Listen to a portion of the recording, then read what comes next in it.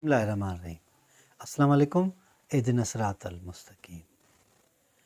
अदब और एहतराम लाज़िम हूंदो आहे हर माण्हूअ जे लाइ त पाण खां वॾी उमिरि वारे जो माण्हू एहतराम करे।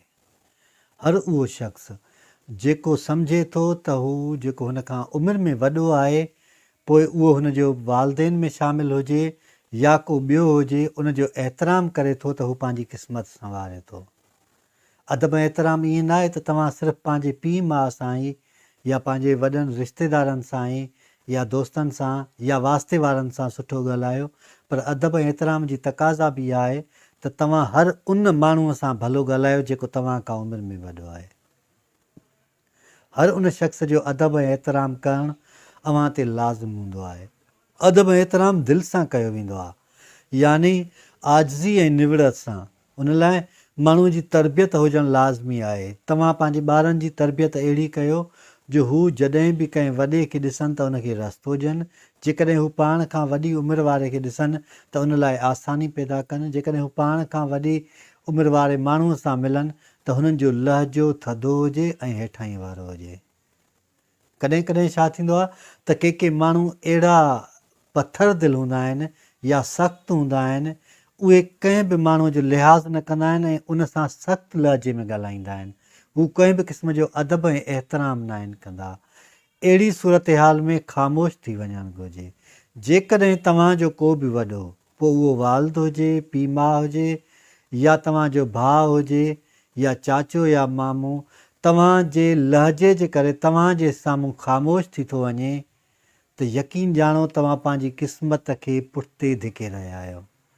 छो जो अदब ई उहो रस्तो आहे, एहतराम ई उहो रस्तो आहे जंहिंसां तव्हां पंहिंजी क़िस्मत खे तब्दील करे सघो था। पंहिंजी क़िस्मत तब्दील करण जो बहितरीनु तरीक़ो बि इहो आहे त तव्हां में अदब ऐं एहतराम हुजणु लाज़मी आहे। अदब ऐं एहतराम आम तौर ते अहसास सां पैदा थींदो आहे। माण्हूअ में अहसासु हूंदो आहे, विश्वास हूंदो आहे। अहसासु इहो त हीउ मूंखां उमिरि में वॾो आहे ऐं हिन खे ज़रूरत आहे हिन शइ जी।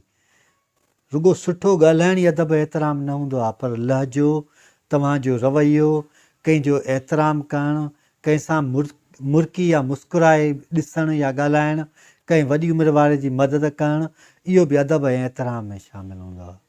अदब ऐं एहतराम आम तौर ते चयो वेंदो आहे बाअदब बा नसीब, यानी तव्हां जेकॾहिं पंहिंजो नसीबु सुठो करणु चाहियो था त बाअदब थियणु तव्हांजे लाइ लाज़िम आहे। बेअदबी न कयो, चुप थी वञो, ख़ामोश थी वञो, पर कंहिंजी बेअदबी न कयो। जेके तव्हांजी ॻाल्हि नथी वणे त उतां उथियां हलिया वञो। जेके तव्हांजी ॻाल्हि नथी वणे त तव्हां ख़ामोश थी वञो। जेके तव्हांजी ॻाल्हि नथी वणे त उते चओ त मूंखे इहा ॻाल्हि नथी वणे ऐं हीअ ख़राबु आहे, पर कंहिंजी बेअदबी न कयो। उनजी सज़ा तमामु घणी आहे। असांजे इदारनि में इल्म ते त हद खां घणो ज़ोर ॾिनो थो वञे, पर अदब ते घटि। हर उहा जॻह जिते इल्मु घणो ऐं अदब घटि आहे, उहो इन आहे जीअं किताबी रटियल शयूं या किताब ते लिखियल शयूं जेसिताईं उन ते अमल न कयो वञे उहे बेमाना हूंदियूं आहिनि। तरबियत, अदब ऐं एहतराम हमेशह लाज़िम रहिया आहिनि इंसानी शख़्सियत जे लाइ। अलाह साईं असां सभिनी खे सिधो रस्तो ॾेखारे ऐं सिधे रस्ते ते हलण जी तौफ़ीक़ अता फ़रमाए।